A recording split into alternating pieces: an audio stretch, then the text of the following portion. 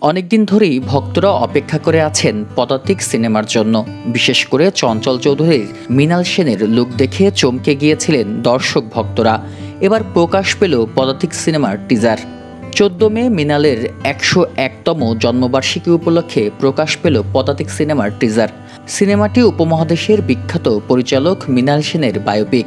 1 minute 37 সেকেন্ডের এই টিজারে ভিন্নভাবে দেখা গেছে চঞ্চল চৌধুরীকে। সিনেমাটি মুক্তির অপেক্ষায় রয়েছে।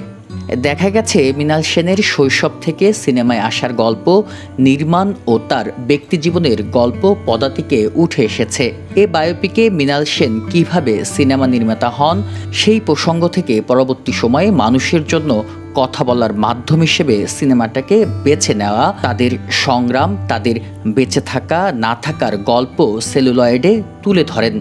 সেই গল্পগুলো প্রশংসিত হয় বিশ্ব সিনেমা অঙ্গনে। চঞ্চল চৌধুরী জানিয়েছিলেন, মৃণাল সেনের চরিত্রে অভিনয় করাটা একটা দুঃসাহসিক ব্যাপার। এই চরিত্রে অভিনয় করার জন্য সাহস থাকতে হয়। সেই সাহসটি আমার আছে কিনা এবং সেই সঙ্গে যোগ্যতা আমার আছে কিনা সেটি বলার আগে একজন তৃতীয় ব্যক্তি হয়ে বিষয়টা চিন্তা করলে আমার তো অবিশ্বাস্য লাগছে। তবুও দুঃসাহস নিয়ে কাজের প্রতি একটা লোভ, স্বপ্ন থাকার কারণে এই কাজটি করা, তার উপর সৃজিত মুখোপাধ্যায়ের সঙ্গে কাজ করা।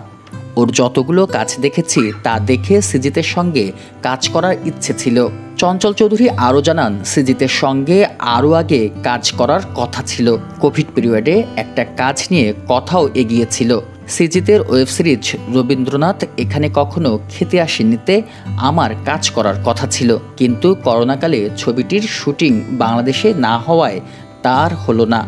তবে শেষমেশ পদাতিক সিনেমার হাত ধরে সৃজিতের সঙ্গে কাজ করা হলো। তিনি বলেন, কলকাতার দর্শকরা আমার কাজ দেখতে চেয়েছেন। কলকাতার মানুষ আমাকে ভালোবাসেন। সেখানকার কলাকৌশলী শিল্পীরা চাইছেন আমি কলকাতায় কাজ করি। এটা আমার জন্য খুব সৌভাগ্যের ব্যাপার। সেটা সৃজিতের হাত ধরেই শুরু হচ্ছে। আশা করি ব্যাপারটা খুবই চমৎকার হবে।